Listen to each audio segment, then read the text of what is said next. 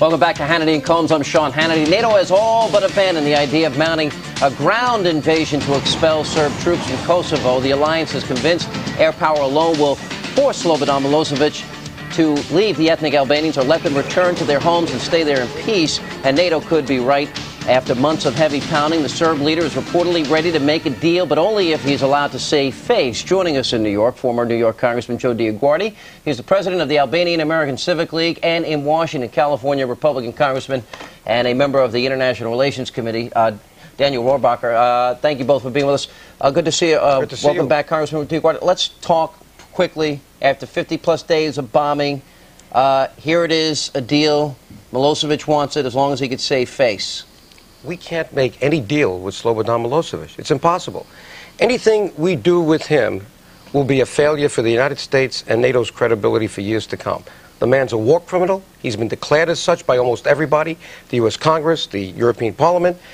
Why are we interested in doing something with him? Aren't we interested in long-term peace and stability in the Balkans? I got to tell you, Joe, you're making a very compelling case. I'm going to turn to Congressman Rohrabacher. Congressman, I had one thing to what Congressman DioGuardi said, and that is he also has his military, he also has his troops, he also has his power, and then we find ourselves in a situation where it's, you know, Iraq and Saddam Hussein all over again. It's a Hollywood set. Yeah. Well, certainly Saddam Hussein and Mr. Milosevic have a lot in common, and I would agree with Joe that Milosevic is a war criminal.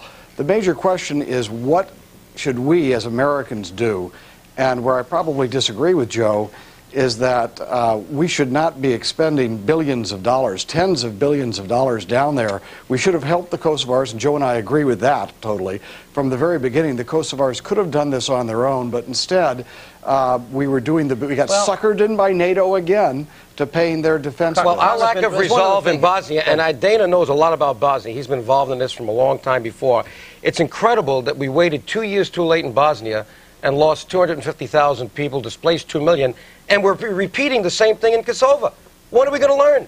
Well, let me ask you one other thing, Joe, because Milosevic is also counting on one of the big mistakes from the very beginning in this entire conflict has been NATO and the president's telegraphing of their every move, and also putting restrictions on themselves. We will not be involved in a ground war. So that really, if we're talking about negotiation or some type of end game to this whole thing, Milosevic finds himself in a position of power, militarily speaking, because the president has gone on record saying no ground troops. We have made so many blunders, it's hard to believe. And these blunders started with President Bush and his Secretary of State, Mr. Baker, when he gave Milosevic the signal when he said Yugoslavia has to stay together. Then in 1992, when he certified Yugoslavia was in compliance with human rights when they weren't, to give him the aid. Yeah. And then we got Holbrooke saying that we got to keep the Albanians off the table in Dayton. And the Holbrooke again looks the other way when they torched 500 villages last summer and they had that secret meeting at the Leeds Castle. I mean, one blunder after the others. But we cannot have a deal that leaves Milosevic in place, because you won't see Albanians come back. Wait, there's one thing here. We need to have the Albanians return. If Clinton sticks, he's got 5 points. The first 2 points are the most powerful. If he sticks with those, that all Serb troops have to be removed and all refugees have to be returned, Milosevic will not buy it, and we're going to bomb him in a bunker just like we did. Congressman Rohrabacher, you know, we have to deal with the reality of the situation. I think we've already lost. The fact is the refugees are gone. Whether or not they will ever get back, we don't know. It's going to cost us how much money? Congress has already asked for twice as much as we thought you'd originally be asking for.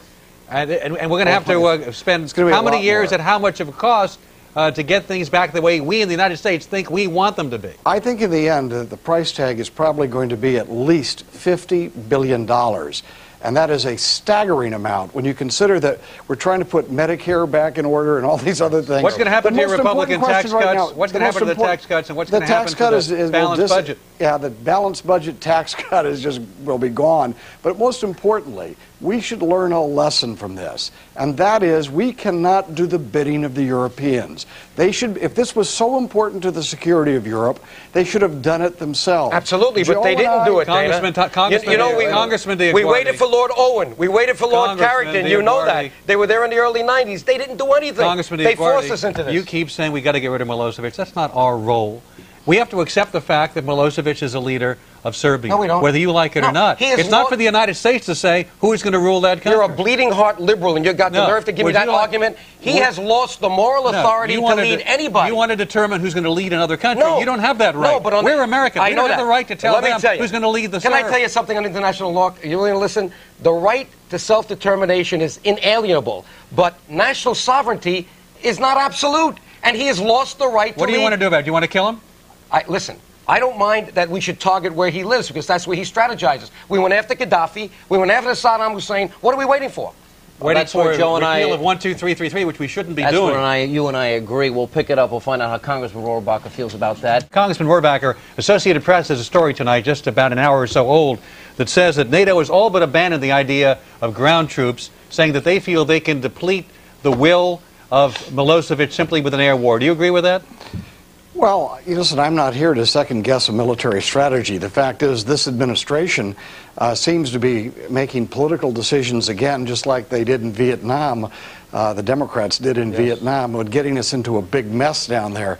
As far as I'm concerned, now I agree with almost everything that Joe has said tonight about Milosevic, and I certainly think that it's better to assassinate people like Milosevic than it is to murder tens of thousands of his countrymen. However, I don't see it as an assassination. I see it as a hit in the middle of war. Congressman, you know Executive Order 12333, initiated by Gerald Ford, in effect ever since, and reaffirmed by every president since, we should not be in the assassination business. Wouldn't it make our own leaders more vulnerable? No, well, I would have to say this, that for us to murder like we did, and I pardon the expression, kill perhaps 50 to 90,000 Iraqis who loved us, and in order not to kill Saddam Hussein, who was a monster, it makes no sense to me. So you want to target leaders of foreign countries and assassinate them? Is that what you want to do? I want to target dictators and people who've committed mass genocide and Hitlers of our generation, rather than having millions of other people die. And every time we've tried that has failed. We went after Gaddafi, that failed. We never got Saddam Hussein.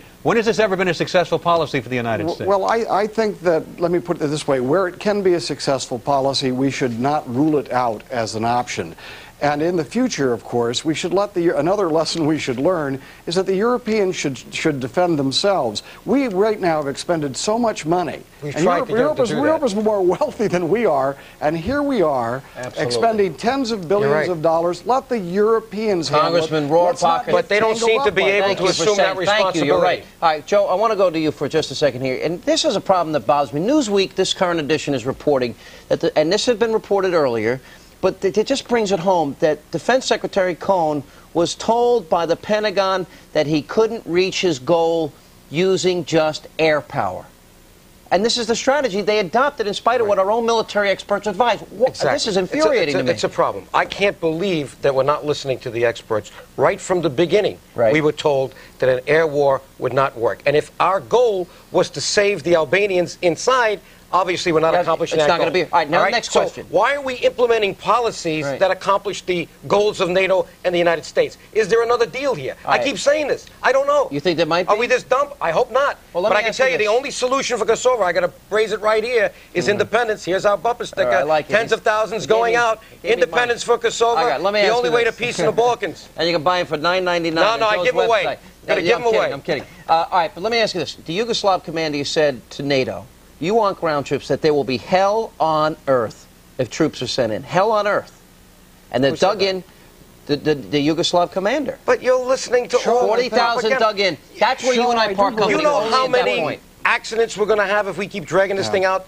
All right, Congressman Rohrabacher, we only got 10 seconds. I would just say this, that the Kosovars have always been willing to fight their own battles. Exactly. Our biggest mistake so far is we haven't armed and trained the Kosovars to fight their own battles. I agree with you. I agree. Stay with us on Hannity and Colmes.